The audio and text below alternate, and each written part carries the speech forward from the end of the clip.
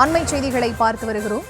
புதுச்சேரியில் வரும் 9ஆம் தேதி நடைபெறும் விஜய் பொதுக்கூட்டத்திற்கு 5000 பேருக்கு மட்டுமே அனுமதி வழங்கப்பட்டிருக்கிறது. இது தொடர்பான விவரங்களோடு இணைகிறார் எமது செய்தியாளர் கிருஷ்ணா. அவரிடம் பேசலாம். வணக்கம் கிருஷ்ணா, இது தொடர்பான விவரங்கள். தமிழக வெற்றி கழக தலைவர் விஜய் மாநாடானது புதுச்சேரியில் வருகின்ற 9ஆம் தேதி நடைபெற உள்ளது. இதற்கு பல்வேறு கட்டுப்பாடுகள் காவல்துறை தரப்பில் கொடுக்கப்பட்டிருக்கிறது.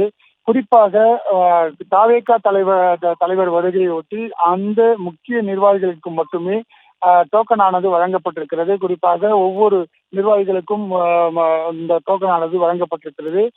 5000 டோக்கன் மட்டுமே இந்த கொடுக்கப்பட்டிருக்கூடிய நிலையில இந்த மாநாட்டு திடலில் உள்ளே அனுமதிக்கப்படும் போது இந்த டோக்கன் வைத்திருப்பவர்கள் மட்டுமே உள்ளே அனுமதிக்கப்படும் என்றும், அதே போல வெளி மாநிலத்திலிருந்து வரக்கூடிய நபர்களை அந்த எல்லை பகுதியிலே கண்காணிக்கப்படும் என்றும், அதிகமான நபர்கள் யாரேனும் உள்ளே வருகை தந்திருந்தால் அவர்களை கட்டுப்படுத்தும் முயற்சியில் காவல்துறை இறங்கும் எனவும் காவல்துறை தரப்பில் தெரிவிக்கப்பட்டிருக்கிறது. அது மட்டும் இல்லாமல் கர்ப்பிணி பெண்கள், குழந்தைகள், முதியவர்கள் யாரும் உள்ளே அனுமதிக்கப்பட மாட்டார்கள் எனவும் காவல்துறை திட்டவட்டமாக தெரிவித்திருக்கிறது. அதே போல அங்க கழிவிட வசதி, குடிநீர் வசதி இவை அனைத்துமே தயார் நிலையில் வைக்க வேண்டும் என்றும், இது பற்றாக்குறையாக இருக்கக்கூடாது என்றும் காவல்துறைக்கு தாவேகா நிர்வாகிகளுக்கு காவல்துறையானது அறிவுறுத்தப்பட்டிருக்கிறது.